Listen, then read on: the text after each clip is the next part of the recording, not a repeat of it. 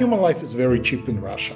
It was very cheap in the Soviet Union. It was very cheap in the Russian Empire, and that's also what we see in Ukraine right now. So when they can't do it by peace, they are more than willing to use deadly force and kill thousands upon thousands and sometimes millions of people, because for them controlling Ukraine is crucial. This is CBS Eye on the World. I'm John Batchelor. It is 1888 in Kiev. A new statue is raised. The statue is to a man named Khmelnytsky, a hero to the Ukrainians, to the Crimean Cossacks, to the Russians, even to the Soviets in the future. Who is he? 17th century man, and on the statue's plinth, and originally, because it was a product of Russian nationalists, activist nationalists in Kiev, they wanted to write, "Oh, it will be better. Oh, it will be more beautiful when in our Ukraine there are no Jews, no Poles, no Christians from the West, Uniate Church." It goes on to say, "A united, indivisible Russia to Hetman Bohdan Khmelnytsky." Professor Eugene Finkel is here. His new book is Intent to Destroy: Russia's 200-year quest to dominate Ukraine. That statue is a big clue as to what was happening in the 17th century, what is happening in the 21st century. Eugene Finkel is the Kenneth Keller Professor of International Affairs, Johns Hopkins University of Advanced International Studies. He joins us from Europe to comment on Khmelnytsky's statue. Professor, the phrase is that they did not write, although they were approved by the Tsar, I believe. They tell a story of woe. Who was he? Why was he important to everyone that they raised a statue to him? Good evening to you. Good evening. Thanks for having me, John. So, who Bohdan Khmelnytsky is? Essentially, his story begins in early 17th century, when the area that we now know as Ukraine is a part of Polish-Lithuanian Commonwealth. He is a local nobleman, an Orthodox Christian, which makes him very different from the majority of the Polish nobility who are Catholic, who grows up in Ukraine, serves in the Polish army, and then starts a rebellion of people like him, or people who we now know as Ukrainians, against Poland. He wants to go his own way. He cares about the Orthodox Church. He does not want people who we now call Ukrainians to become Catholic Poles. So he starts a rebellion. There is also a pretty tragic love story and a conflict over wife and his deaf son with agents of the Polish state. And after this rebellion, he manages to defeat the Polish armies and create a semi-independent Ukrainian state in central and eastern Ukraine. So he is celebrated by Ukrainians as essentially a founding father of the first really Ukrainian state that existed. But then he's too weak to win a long war against Poland. Poland is much larger. Poland is much more technologically advanced. So he needs protection. And for protection, he goes east to Moscow, to the Tsars, who are also Orthodox Christians, speak a similar, though different language, trace their history to the same medieval state, Kiev and Rus, that got destroyed by the Mongols, and eventually he swears allegiance to the Tsar of Moscow. So from the Russian perspective, he becomes the person who unites Ukraine with Russia, and that's why he's also celebrated by the Tsarist government and by the Russian nationalists. And this, different versions of who this person is, I think, go to the core of the current war, who Ukrainians are. Are they a different state or a different nation, a different group that deserve their own statehood, or are they just Russians? The story starts earlier than Khmelnytsky, but he is someone is keen to, his presence explains a deal from the 17th century to today. Just a note about before that, lost in the fog of myth and legend. You know, the Hollywood saying, when legend becomes fact, print the legend. The Russians print the legend a lot, so we need to make certain we understand. The word Rus means rower. Likely Vikings, but also in another version, the professor tells me, could be Slavs, could be a combination. Kiev was the original place that the rowers were comfortable in their plundering up and down the river systems. Kiev is the original center of Russian culture. It is why it is so important to Moscow to make it united or part of our world, the Russian world. I mention that because intervening were the Mongols, several versions of invasions. Everybody gets mixed up. Professor, I read it from the American point of view. We're all mixed up. Ukrainians are all mixed up, but they have a definite sense of themselves as an independent nation, which is why we get to Smolensk.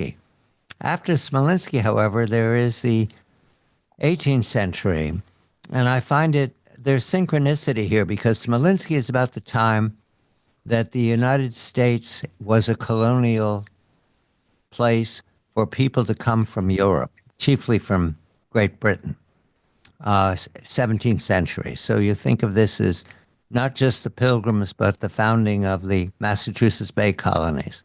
That's going on while Smolensk is a hero to the Cossacks and the Russians and the Ukrainians.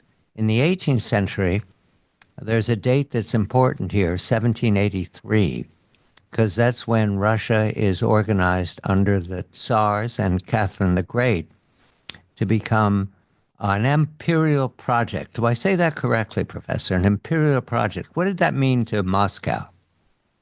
Right, you're absolutely correct. And the story obviously begins long before the 17th century with a medieval state that you mentioned named the Kievan Rus that got destroyed by the Mongol invasion in the 30th century. And that's the place where the Russians and the Ukrainians trace their history to.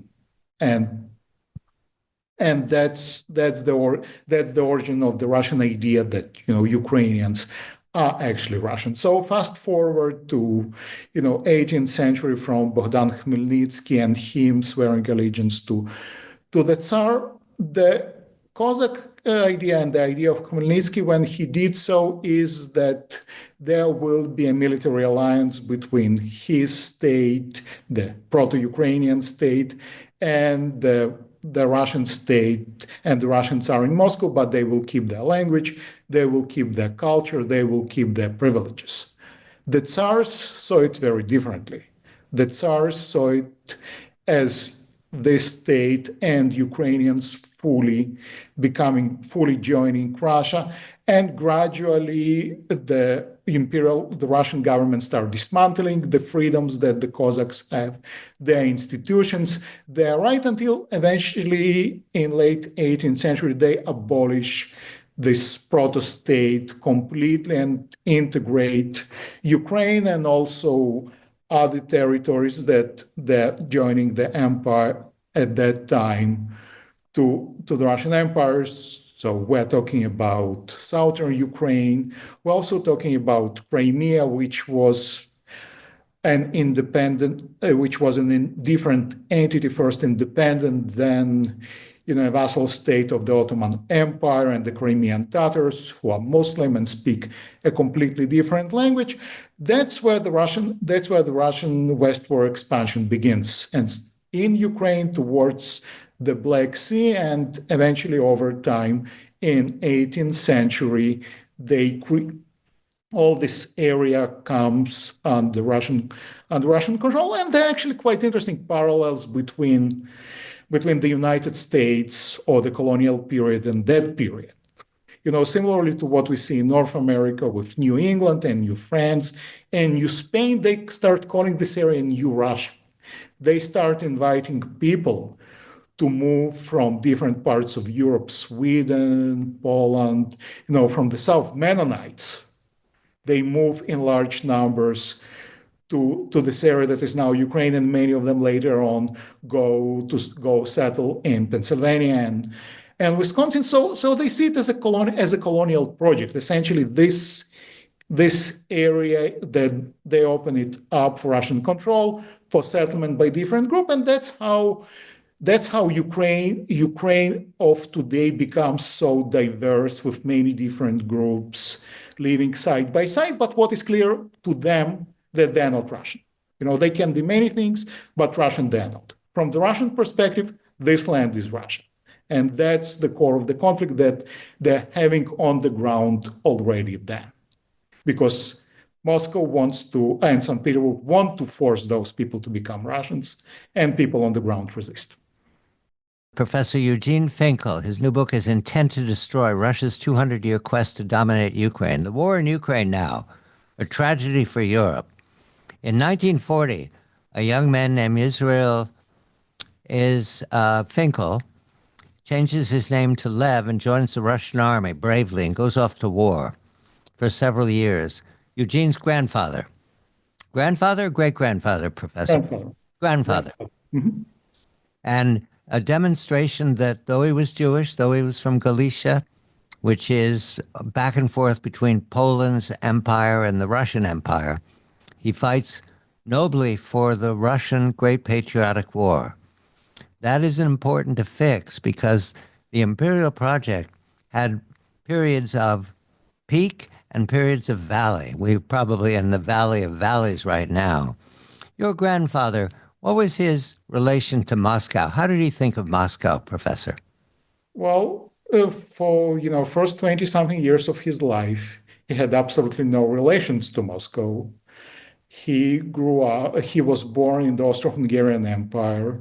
He grew up in Poland. He didn't speak a word of Russian until he was drafted into the Red Army. And his story is not unique, right? We talk about Ukraine and Russia, but there is also a part of Ukraine which was not part of the Russian Empire until relatively late, until World War II, essentially. And that's the Western Ukraine, Galicia area around Lviv, which was part of the Polish kingdom and then Austro-Hungarian Empire, but the majority of the population in this area were Ukrainians. And when Russian Empire, Austrians, and the Prussians partitioned Poland, almost all of Ukraine went to the Russian Empire, and the Russians then could use their policies of Russification and forced assimilation, and also quite a lot of violence and repression to push their vision of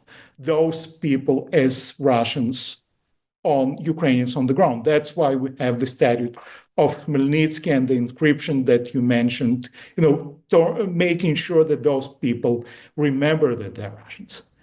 Then Galicia, which was a relatively small part of, piece of land, goes to the Austro-Hungarian Empire, which is very different. There, the guiding principle is not assimilation, but tolerance. So Ukrainian speakers there, can speak their language. They're not repressed. They can have their parties, and they start using this freedom also to, smuggle political ideas to the rest of Ukraine, which threatens St. Petersburg and its control of Ukraine. They fear Ukrainian nationalism. They see this small region, Galicia, Western Ukraine, as kind of, Ukrainian Piedmont, so, outline area that will go on and take Ukraine from them, like Piedmont did in the case of Italy, and unite all of Ukraine. They want to fix this problem. And that, surprisingly, is one of the key reasons for World War I. We talk about World War I as mostly, French, German competition over colonies, Russian and Austrian fight over the Balkans. But if you go to the Russian archives and what the Russians think, for them, the key threat is actually not the Balkans. It's this small region called Galicia, and they go to war, which eventually becomes World War I, to get control over this region and to turn those people into Russians as well. They don't succeed. They occupy Galicia for almost a year during World War I, but eventually get kicked out. Russian Empire collapses, but in 1939 they try again. Stalin and Hitler decide to divide Poland, and the key condition of this division is that area that is now Western Ukraine goes to Moscow, and that's how, out of the blue, my family becomes Soviet citizens without anyone asking them. We're speaking of land. If you look at the map, you'll understand rivers tend to run north to south, and there are several rivers that dominate this landscape. But we're looking at an easy invasion route into Russia, and that is a great concern. The professor makes it very clear that Moscow's anxiety is about two things about Ukraine. Identity, we've talked about that. Are you Russian? Are you Ukrainian? The Ukrainians say, we're Ukrainians. The Russians say, no, you're Little Russia. And security. The Germans knew that the route into Russia included the Ukraine version. And all of that becomes important between that statue in 1888 and the professor's grandfather in 1940. We need to touch on, however, what happens in between. Professor, the revolution is a profound change for the whole world. At the same time, it's a change for Ukraine. But at first, it didn't seem to touch the people of Kiev. It was far away. Is that correct? We have about a minute, and then we'll turn to the details. Absolutely, yeah. 1917, Russian Empire collapses. And since there is a dysfunction and collapse in the state center, people in the Kiev decide that maybe it's their opportunity to go their own way, and that's how the first Ukrainian state gets established. It didn't survive long, it was too weak, but it was there. Yes, let's start with the first Ukrainian state. The book is intent to destroy Russia's 200-year quest to dominate Ukraine. If you are puzzled these last years of the Ukrainian-Russian war, it's okay, because the Russians and the Ukrainians have been puzzled for centuries, maybe 1,000 years. Are you Ukrainian? Are you Russian? Along comes Lenin and his acolytes. Lenin is a Russian nationalist. I understand he talks about Marx, he talks about communism. He's a Russian nationalist. His attitude towards Ukraine is the same as every other Russian in the middle classes, well-educated. He's been to Europe. He believes that Ukraine is Little Russia. So Lenin's revolution, 1917, and then the Civil War begins, 1921. And Ukraine is caught up. But at the same time, the professor introduces us to two versions of the Ukrainian state. We'll call one the UNR and one the ZUNR. Who were they? What were they? What were their ambitions, Professor? Right. So 1917, 1918, empires collapse. The German Empire, but more importantly for our story, the Russian Empire and the Austro-Hungarian Empire. When the Russian Empire collapses and the communists come to power in St. Petersburg, people in Ukraine have other ideas. They don't want to be ruled by communists, and they don't want to be treated like Russians anymore. So they decide to go their own way, and out of the collapse of the Russian Empire, they create their own state, the so-called Ukrainian People's Republic, which, by the standards of the day, it was an extremely liberal state. So it was a democratic state. They had minority rights. They abolished the death penalty. They guaranteed an 8-hour workday for everyone. Their problem is that they're just too small and too weak, because once they declare this independence, the Russian government, the governments will be more precisely to say, because there are several governments. But if you look at the Russians, it doesn't really matter whether you are communist or a monarchist or a liberal. They might fight each other to death, but what unites them is that Ukraine should be a part of Russia. So And so this state needs to fight against all the Russian armies, which immediately invade Ukraine, and they're also weak internally because the result of those centuries of Russification was that the experts, the bureaucrats, the engineers, those who need to run a state, they are all Russified and see themselves as Russians. So the state eventually collapses both internally and externally. In the West, in Galicia, after the collapse of the Austro-Hungarian Empire, Ukrainians there decide to create their own state, the West Ukrainian People's Republic, which is also pretty politically moderate, pretty inclusive, democratic. Their problem is that this area is also claimed by the Poles, and Poles are a much larger state. They're supported by the French. They have a squadron of US pilots flying for them, those people who flew in the US Army during World War I, including a very interesting guy named Marion C. Cooper, who created the King Kong.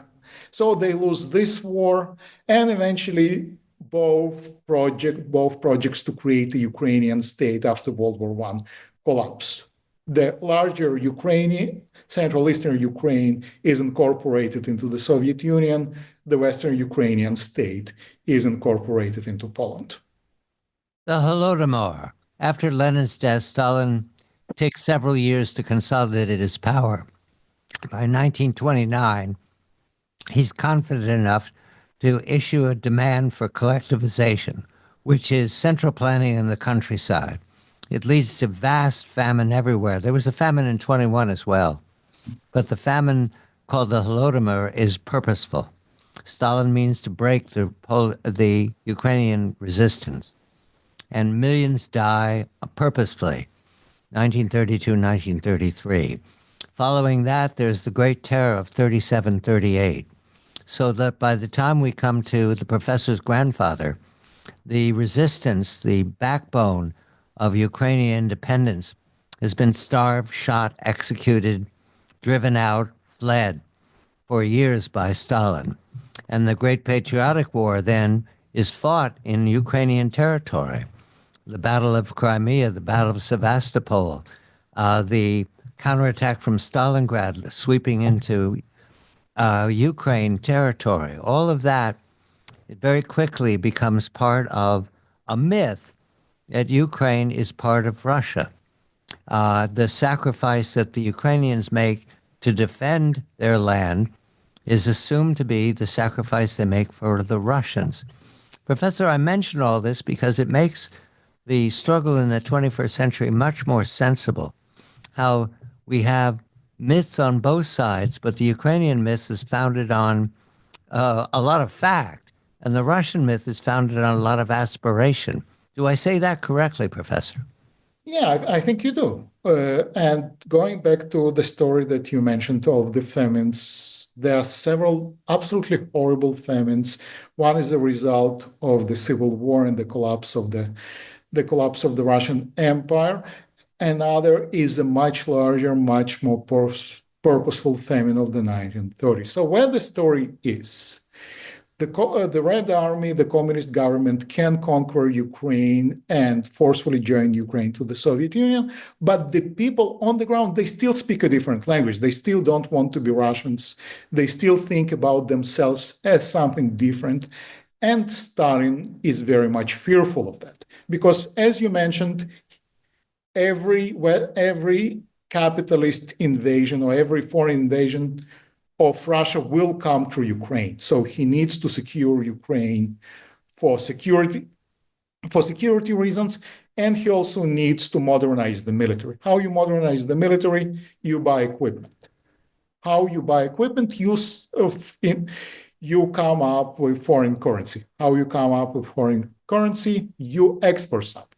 Soviet Union at that time has only one thing to export, and this is grain, which is by and large grown in Ukraine. Ukraine is known as the breadbasket of Europe. It has an extremely fertile land. So what Stalin decides is to completely control, collectivize the agriculture in Ukraine, which at that time is private, mostly small and medium-scale farmers, force them into the kolkhoz, collective farms or state farms. And nobody asks the farmers whether they want to join those farms. They're forced into those farms, but they also lose any incentives to produce because now they own nothing, they get nothing.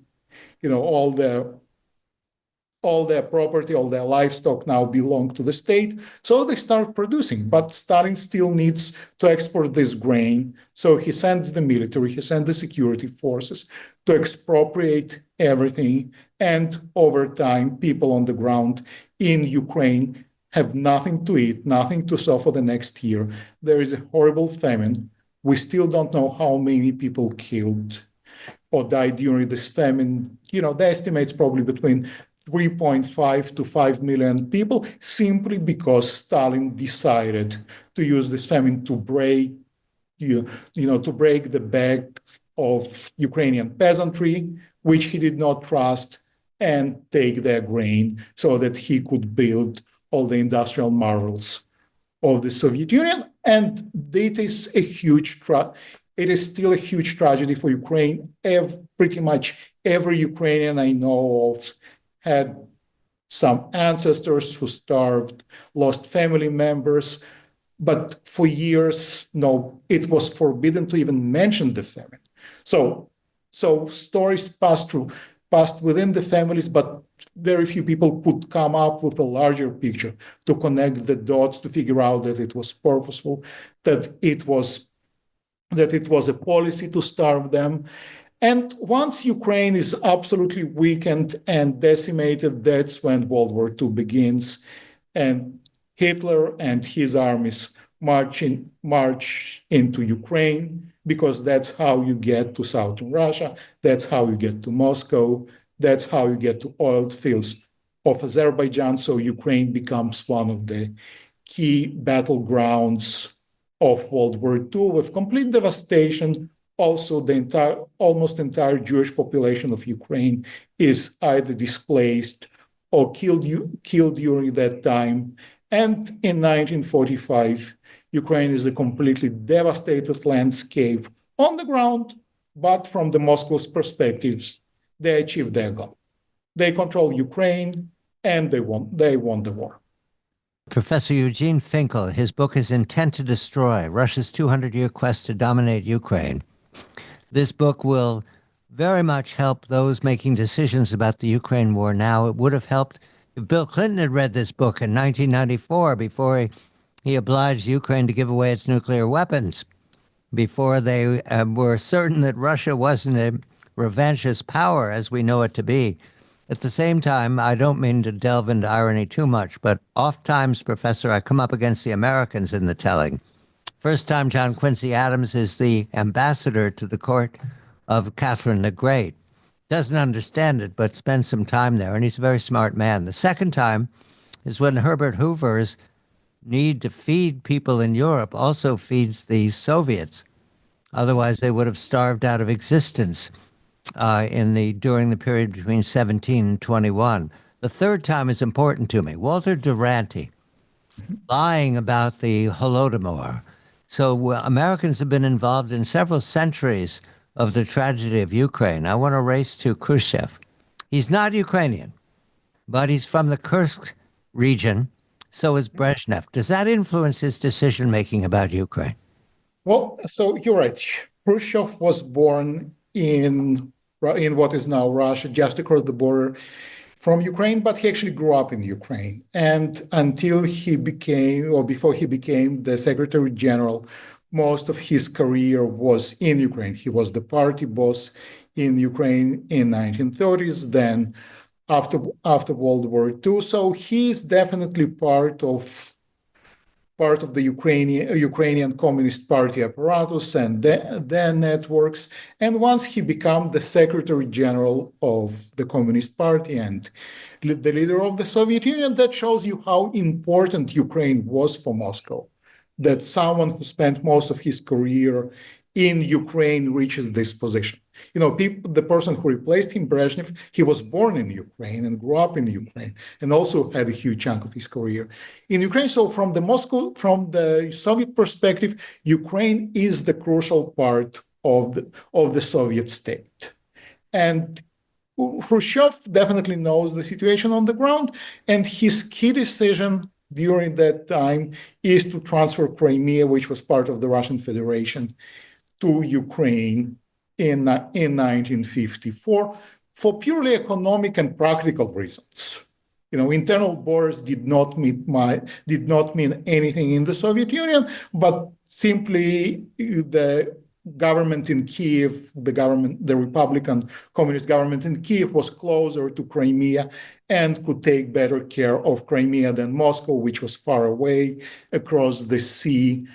And we're still fighting over this Khrushchev's decision whether to transfer Crimea from Russia to Ukraine. That's what Putin is talking about. You can recently hear Elon Musk using the language of Khrushchev's mistake. I was surprised that Elon Musk doesn't even know who Khrushchev is, but apparently he's very concerned about the fate of Crimea. So yes, definitely, Ukraine is absolutely essential for the communist state and absolutely essential for Moscow. What we're looking at here is a period in which Ukraine, Stalin's death, Khrushchev making the secret speech not so secret, and a lightening of touch of the brutality of the Soviet state means that in the 1960s, because Ukraine has some gifts given by God, that would be coal and an industrial base, becomes a manufacturing center for Russia. Why does this matter? Because they build the missiles that turn into Roscosmos and the manned space efforts and satellites of the 1960s. This is the golden period of the Soviet state when it looked like it was outcompeting the U.S. All of that is necessary to understand that a young man born in 1953 in Petersburg, Vladimir Putin, experiences Ukraine as part of Russia and the Great Patriotic War as the most heroic effort ever. He also watches, thanks to the professor, I didn't know this, a romantic movie about a Russian spy in Berlin during the war, and that's when he commits himself to the KGB. But Vladimir Putin pictures Ukraine in this calm period of the 1960s, relatively speaking, before the turmoil of 1968 and afterwards. So his image, if I understand your presentation correctly, Professor, Vladimir Putin's image is always of a Ukraine that wants to be a romantic center for Russia in the summertime. You can go on vacation there because it's warm. To provide the fleet, the Black Sea Fleet, to provide the grain, and to volunteer to defend Russia. That's how he sees it. Is that correct?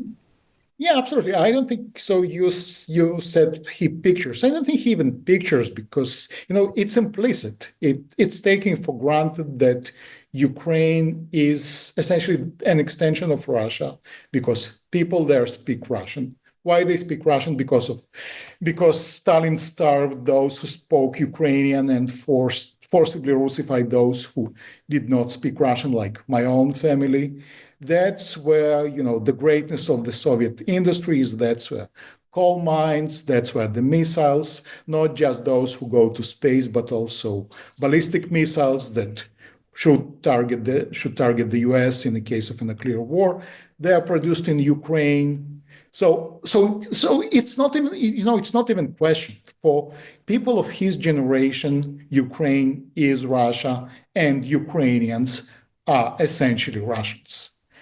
On top of that, there is, of course, the Crimea, which is the Soviet Florida.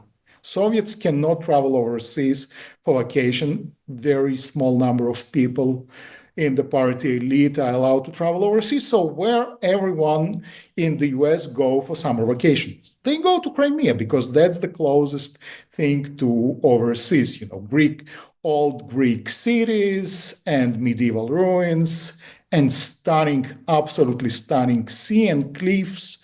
So that's how Ukraine starts being perceived as Russia, and also Russians become emotionally attached to Ukraine because it's ours. We spent such a wonderful time when we were young there. And again, I haven't met a single Russian who have not been to Crimea for their summer vacation. And from the perspective of someone like Putin, yes, Ukraine is Russia, should be Russia, and it's not even up for debate. The crisis of the Soviet state very quickly through the 70s and 80s. Remember, Brezhnev thinks of Ukraine as Russia as well, and he dominates until the very quick turnover of general secretaries, and we come to Gorbachev. Gorbachev was equally a brute towards Ukraine, surprisingly so, given his Nobel Prize and his image of having peacefully ended the Soviet state. Not accurate.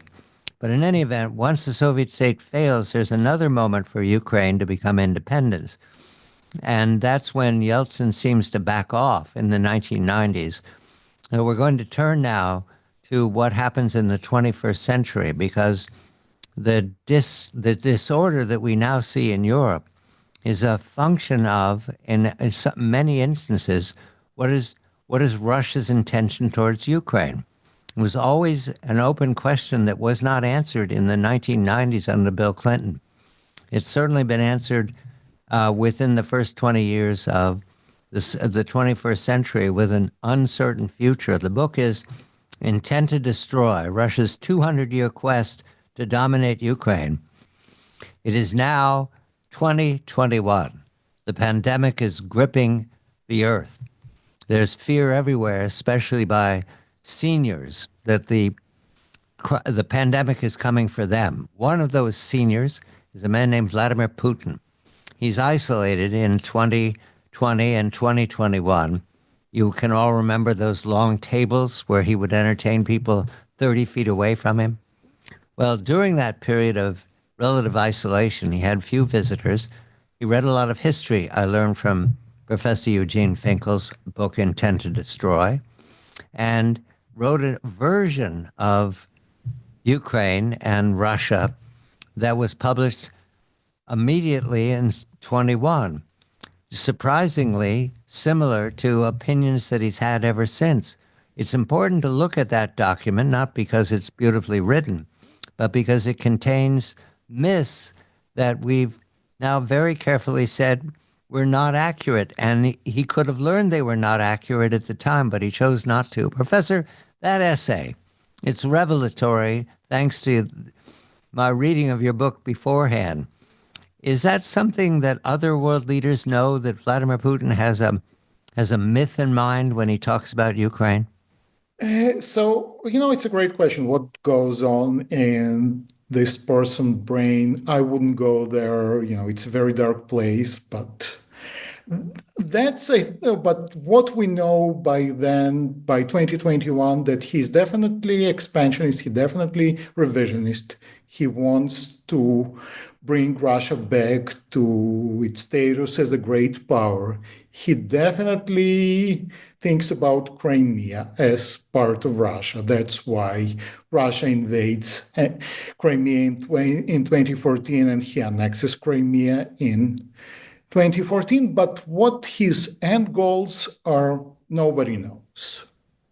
And this essay that he wrote in isolation during the COVID pandemic is to a large degree a revelation of his ideas about what Ukraine. Now, it's presumably it's a historical document. Had it been submitted to me by one of my students, I would have probably failed it because it's based on myth upon myth that has little to do with actual fact. But that's how Putin views Ukraine. He uses the same stories, the same perceptions of what Ukraine is, that Ukraine is Russia, that Ukraine has always been Russia, that those people on the ground in Ukraine are essentially Russians. And when, a powerful person becomes a wannabe historian, it's very dangerous. But that's what we see with Putin when he decides that it's time to make his myths a reality. And that's when we probably for the first time start understanding that something is going on, that he means something bigger than just Crimea. What it is, absolutely unclear. Does he want the entire Ukraine? Does he really mean it? And that's probably something that experts on Russia we should talk among ourselves about Putin, because we always saw Russia as violent, corrupt, but also utterly cynical, right? The perception among many people, no, he doesn't really mean it, right? He is not expansionist. He wouldn't go to war just, an exercise in coercion, but apparently he was screaming at us, yes, I mean it. I want to take Ukraine. I want to turn Russia into empire again, and we were not listening until then. So his vision in this article is very simple. Ukrainians are Russians. Ukraine is originally Russia, and any future of Ukraine should be with Russia, not necessarily annexed, but fully subordinated to Russia, something like a client state, but nothing less than that. Ukrainians should not have the choice to make their own decisions. Why this is important, you will note in the news that the Bulletin of Atomic Scientists have moved the clock to zero, closer to midnight than it's ever been, even during the first Cold War. That means that they understand, as many do. I speak with them routinely, think tanks and military and governmental officials, both sides of the Atlantic, NATO, EU. Everyone is fearful that what's going on for 3 years can easily turn into a nuclear exchange. That's why it matters what Vladimir Putin thought in 2021. We go back to 2014, February and March of 2014, when Russia moved the little green men into Crimea Peninsula. I see now, thanks to the professor's book, that was a profound moment for Putin. That was high risk. And the answer was not much. And Professor, there's a puzzle for me. The Ukrainians themselves, did they understand the move to Crimea was a move against Kyiv, or did they think this is part of the Russian state that Khrushchev made a mistake giving away? How did Kyiv perceive what happened in 2014? Well, 2014 was not just Crimea, but just to explain what was going on. Soviet Union collapses and Ukraine and Russia become independent state. But even back then, most Russians do not perceive Ukraine as a real state. So my favorite anecdote is even a couple of years after that, in mid-1990s, Russian diplomats in the Ministry of Foreign Affairs telling diplomats in Western foreign ministry not to open embassies in Kyiv because Ukraine is about to join Russia and it will be just too big of a building for a consulate, so don't even bother. So officially Ukraine and Russia are independent states, but Russian mindset remains the same. Both suffer immensely economically, but eventually, in terms of regime and politics, they start going separate ways. Under Putin, Russia becomes increasingly authoritarian.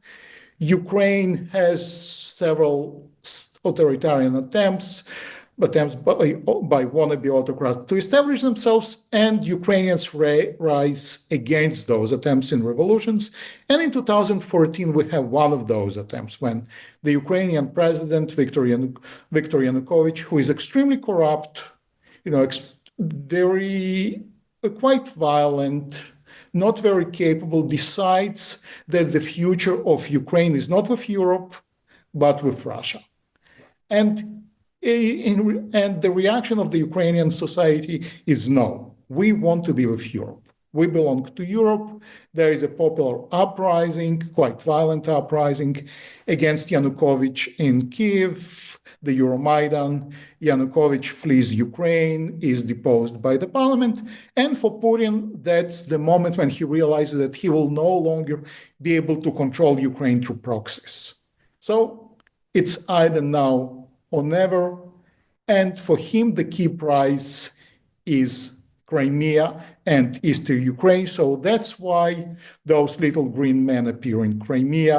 Ukraine is going west, so we need to take what we can before it's too late. and eastern Ukraine, the coal mine and the industrial areas of the Donbas, where people affiliated with the Russian security services start moving in and fomenting an uprising against the government in Kiev, which just came to power after a revolution. It's disorganized, it's extremely weak. Ukraine doesn't really have a military. It has been hollowed out by Yanukovych and people around him. So from the Ukrainian perspective, yes, it's definitely an invasion. They're just too weak to respond. And Donetsk and Luhansk, the two oblasts that the Russian agents pretend are independent movements. At the time, I remember reporting on this because it's so fresh in my mind. It was a confusion. I was told repeatedly, they all speak Russian. They watch Russian media. They watch Moscow. They vacation. They're intermarried with Russians. They're not Ukrainians. I knew that that was not accurate, but I didn't have anything to respond to. I mean, I didn't have any facts to respond to it. Is Luhansk and Donetsk in particular, and Zaporizhia to an extent, are they dominated by let's be Russian? Is that how they talk about themselves? No, absolutely not. Right. Remember, so many people talk about language, but in this context, language is meaningless because language is a result of many decades of forced Russification. And essentially everyone in Ukraine speaks Russian or bilingual. Language does not determine your, national affiliation or your priorities. After all, many people speak English, but that doesn't mean that we're all British. So what happens in those regions? Yes, they speak Russian, but they still consider themselves Ukrainians. They want better relations with Russia, but very few people there actually want to become Russian. They would rather be in a prosperous, independent Ukraine that does respect their rights, that does allow them to speak the Russian language, to have their culture, but they do not want to be ruled by Putin and his mafia. So what happens is, but there is also a small group of people who do want, the Russian nationalists, who do want to join Russia, and they start protesting against the new government.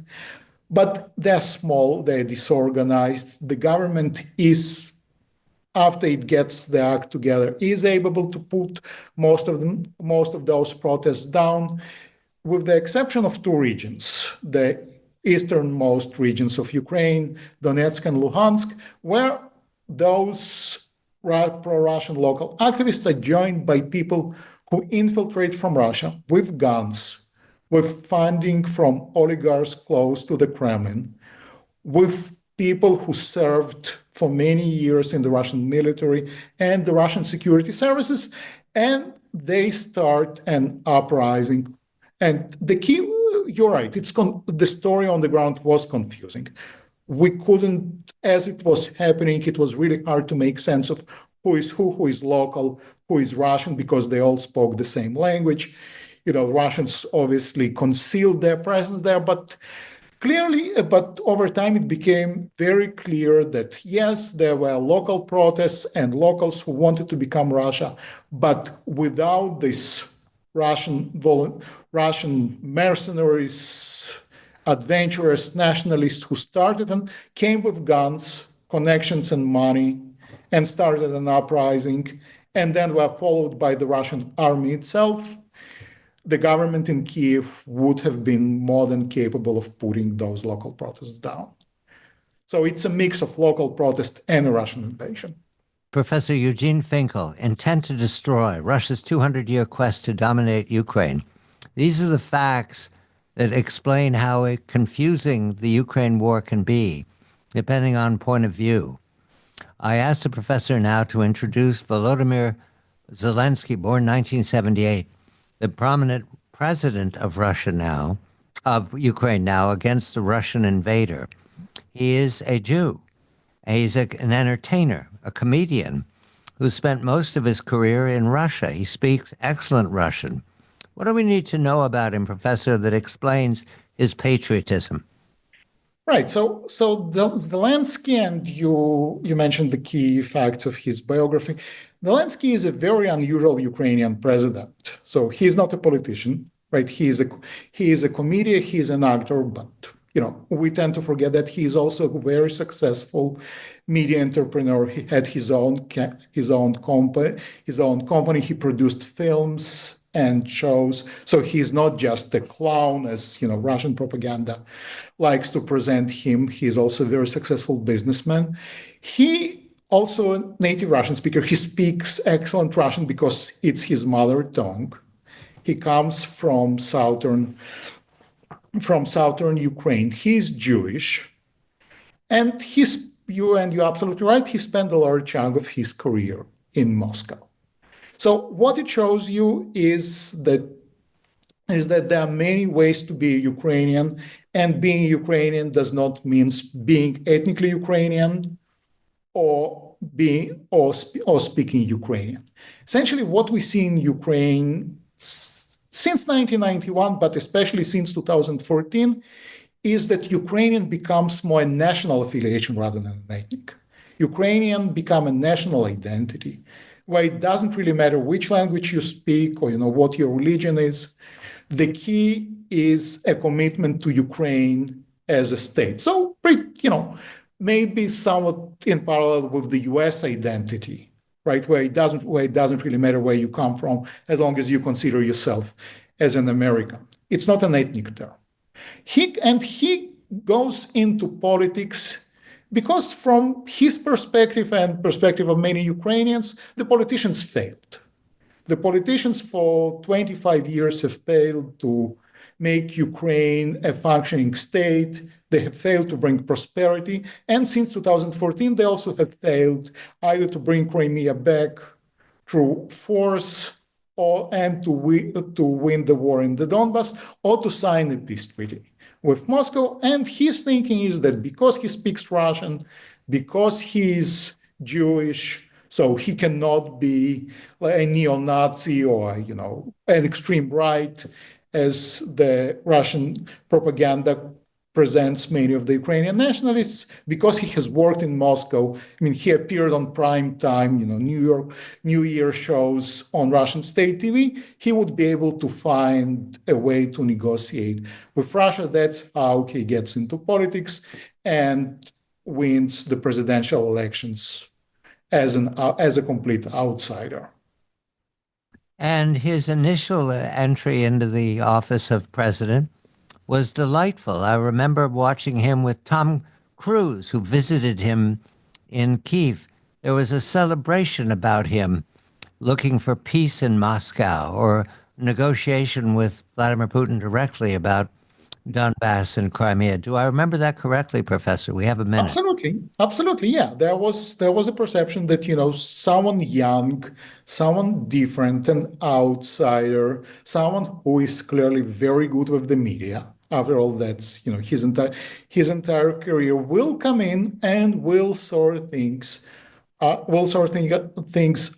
with Moscow, and then allow the new generation, the younger people, people who were born in late Soviet Union after the independence, finally to take over and replace the old guard. So yeah, there was quite a lot of optimism when he came to power. The book is Intent to Destroy: Russia's 200-Year Quest to Dominate Ukraine. Eugene Finkel is the author. The cruelty of the war waged by the Russian forces these last years against Ukraine is in the newspaper all the time. Where did it come from?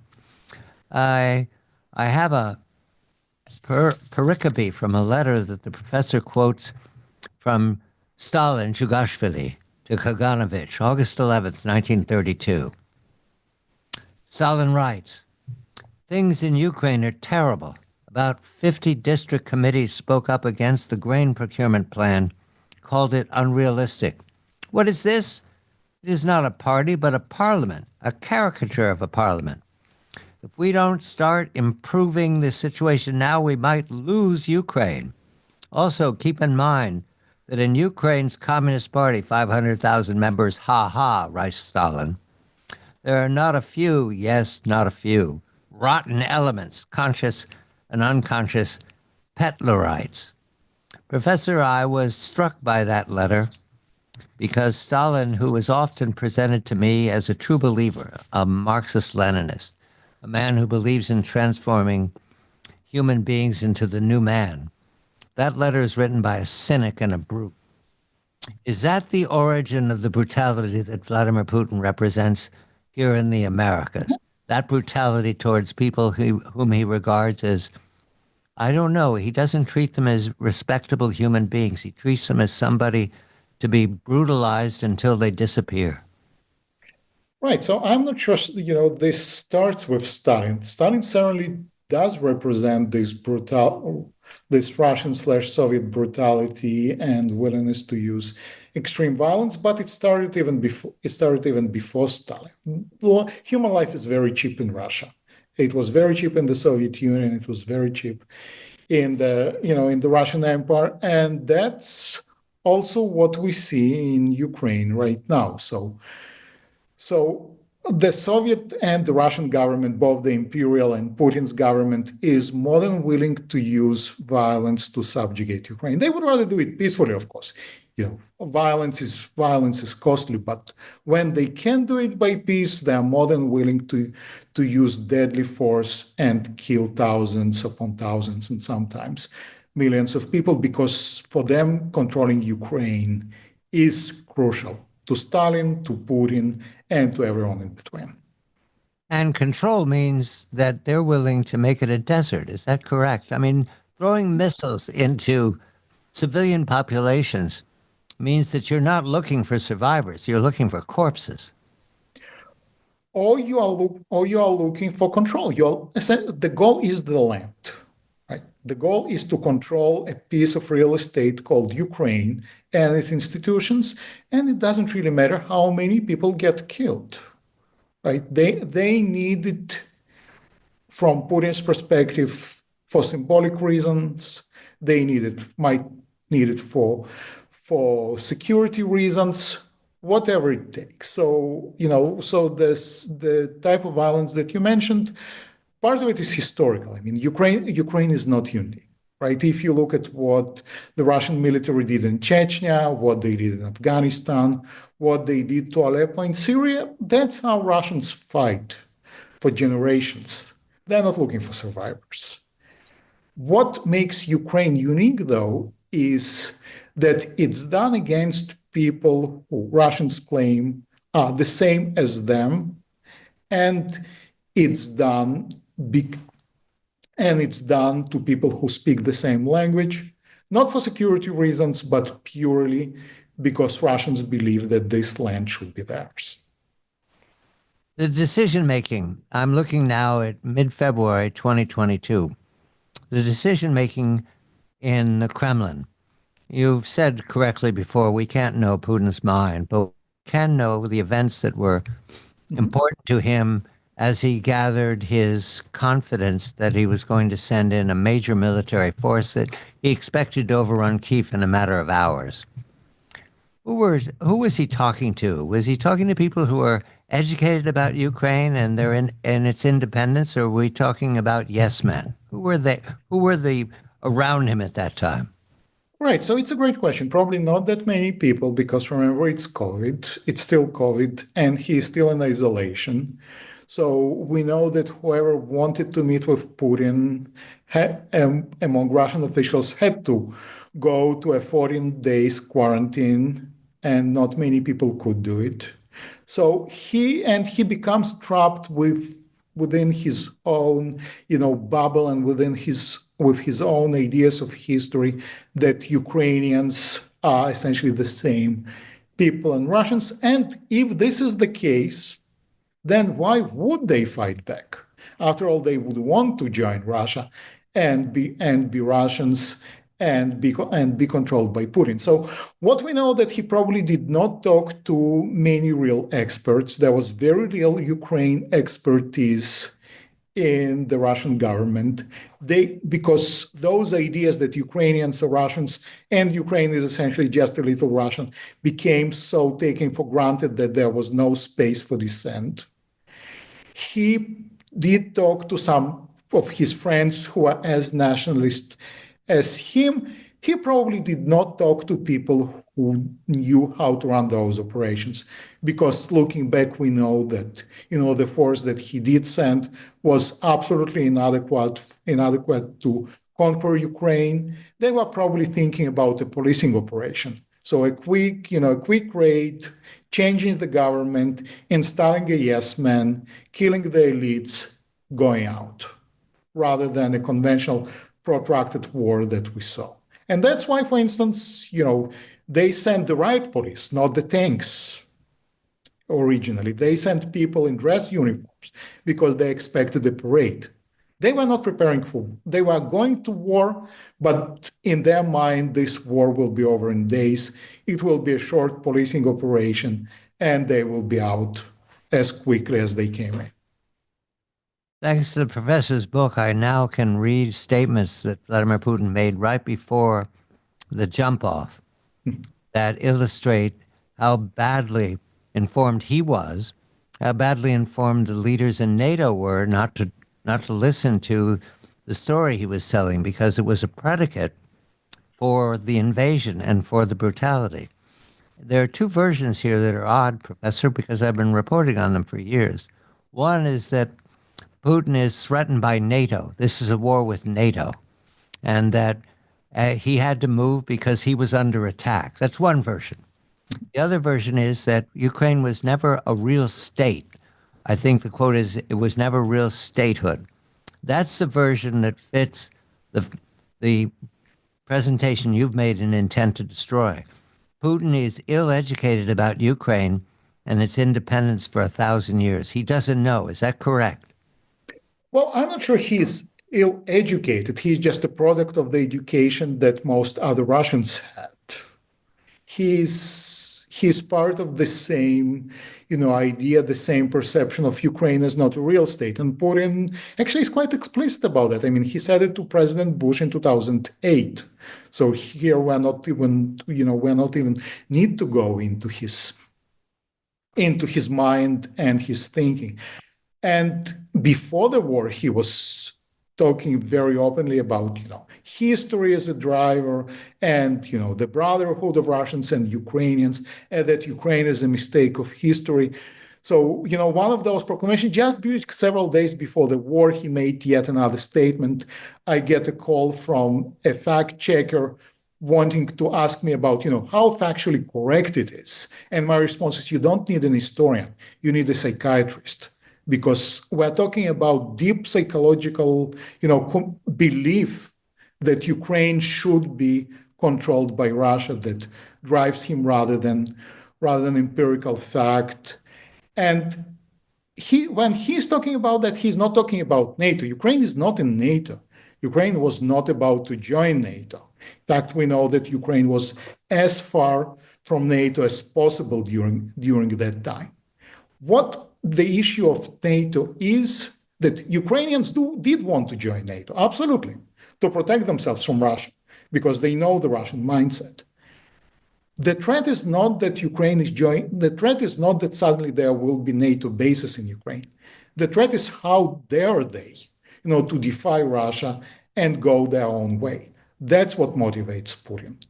Ukraine is Russia, and if Ukraine joins NATO, then they will no longer be able to control it. The book is Intent to Destroy. Highly recommended before you form an opinion about what is to be done with Ukraine and the Ukraine war. Russia's 200-year quest to dominate Ukraine. I recommend this to the European Union, to the European Union Commission, now making decisions about continuing to buy natural gas from Russia, to the NATO forces who are not any longer unanimous about the resistance to Russia. I recommend the facts, but I turn to the professor also. Professor, I know NATO is the explanation that Putin offers the Russian people as to why he maintains the war with huge, huge casualties and what you'd have to say is a damage to a generation in Russia. And the economy will be many years in recovering. However, at the same time, I want to know about the EU, because the EU membership is not the same as NATO. It is the original debate that was happening in Ukraine before the 2014 crisis. Is the EU adequate for Ukraine now? Is that imaginable? Is that a way out for the European Commission to take charge of rebuilding NATO and providing security? Well, I would very much want, Ukraine to join the EU and also NATO, but I think, if I'm right, then all those debates about which organization Ukraine could or could not or should not join just miss the core point. If it's a war about history and about ideology, and if Russians are really serious about, Ukraine not being a real state and them having to control Ukraine either directly or indirectly, then, what kind of state, what kind of union or alliance Ukraine joins is meaningless because it will not solve the key problem of Russians wanting to dominate and control Ukraine. So Ukraine, even if Ukraine joins NATO and Russians still believe that they should control Ukraine, they can try find other ways to do it, such as, buying politicians, misinformation, electoral interference. They're pretty skillful at doing it around the globe, and they will try. So for me, the key question is not which alliance or organization Ukraine will join, but what do we do about the Russian belief that they should control Ukraine? That's the conversation that we should be having. I'd also turn back to the American presence in this story and the drama. I mentioned John Quincy Adams in the 18th century. Certainly, a little detail I smiled when I read that I believe it's Donetsk. The original name was Utica. Is that the one I have it correct? Because they imported technology from the United States, and a man named Hughes was a hero to Donetsk. We're talking about now and again integration with the United States, which is puzzling. And of course, there are all those Galicians who vamoosed because of brutality at one ear or another, who are here in the United States. So we gained a deal from Ukraine over the centuries. But now I come to how Ukraine has been treated by several presidents. President Obama, who chose not to make a stand over the Crimean and Donbass cruelties, and President Trump, the first term, not to challenge in any fashion what had not been challenged by the Obama administration, and President Biden saying as long as it takes, but being very chary about weapon systems and support, and NATO itself, and now President Trump again saying, I'll settle this in 100 days. The version that I get from the American point of view is we can handle this, we're the power. What I get from reading your book is I don't think they're well informed about Ukraine and about how there is no settlement that does not leave Ukraine an independent state. Is it your measure that the Trump administration and the previous administrations understood that Ukraine is a state? I think, the bigger problem is not what they thought about Ukraine, but how we constantly misread Russia and what Russia is and what Russia wants to be. Because, we treated them as similar to us, as, transactional in the case of Trump, rational in the case of other administration, weak. So we did not take the ideology and their beliefs seriously. We did not treat Russia for what it is, and that's revanchist neo-imperialist power, and that's why we miscalculated and will keep miscalculated. So I absolutely agree with you. The U.S. government and several administrations and people in the national security community did not understand Ukraine, partly because there was simply not enough expertise, partly because we perceived Russia, be too similar to us, while they were not. And I don't see how President Trump is going to fix it. Again, because here in his case, the belief is just making a deal, getting a Nobel Peace Prize, getting out. It's transactional. Russians do not think this way. So, no, I'm not very optimistic about, President Trump fixing this war anytime soon. And the Europeans, I ask And you, the same for Europeans. They might be even worse, actually, especially when it comes to, Central and Southern Europeans. Eastern Europeans are different because they have, a hands-on experience dealing with Russia, so they understand it. But there is a clear misunderstanding of what Russia is in Berlin, in Rome, in Brussels. Paris starts sobering up, but still, there's still a very long way to go. is there success if the Baltics are listened to or Poland is listened to? Those are voices that are very clearly saying Russia remains a threat, that this is not going to be resolved, whatever you say about Ukraine. Absolutely, yeah. I think we should have listened to the Russians, and I think people in NATO and in the US do recognize that we should have listened to those people. But back then they were dismissed as US as countries that were so traumatized and brutalized by the Soviet Union and the Russian Empire that they're just living the trauma and overreacting. Well, apparently they were absolutely right all along. I come back to your grandfather, Israel, Lev. He was recruited by the Soviets, and he chose not to follow. What did they want him to do? He chose not to join.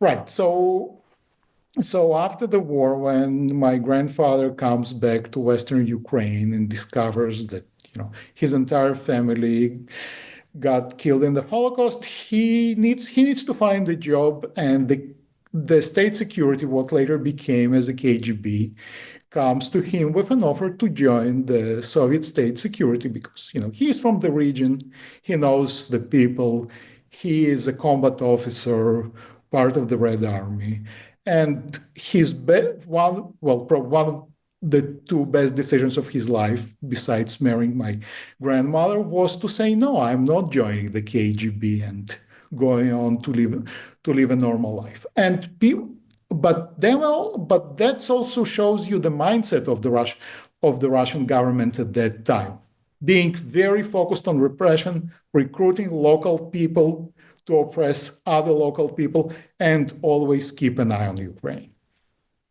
And they offered him a deal that they thought he couldn't turn down. Is that correct? Well, they offered him a pretty good job. They offered him a house. They offered him security status, definitely. Being a member of the security services obviously elevated you to the level of the elites.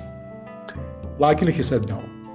The book is Intent to Destroy. Eugene Finkel is the author. Russia's 200-year quest to dominate Ukraine and to bribe Eugene's grandfather, who chose to say no to the KGB. This is CBS Eye of the World. I'm John Batchelor.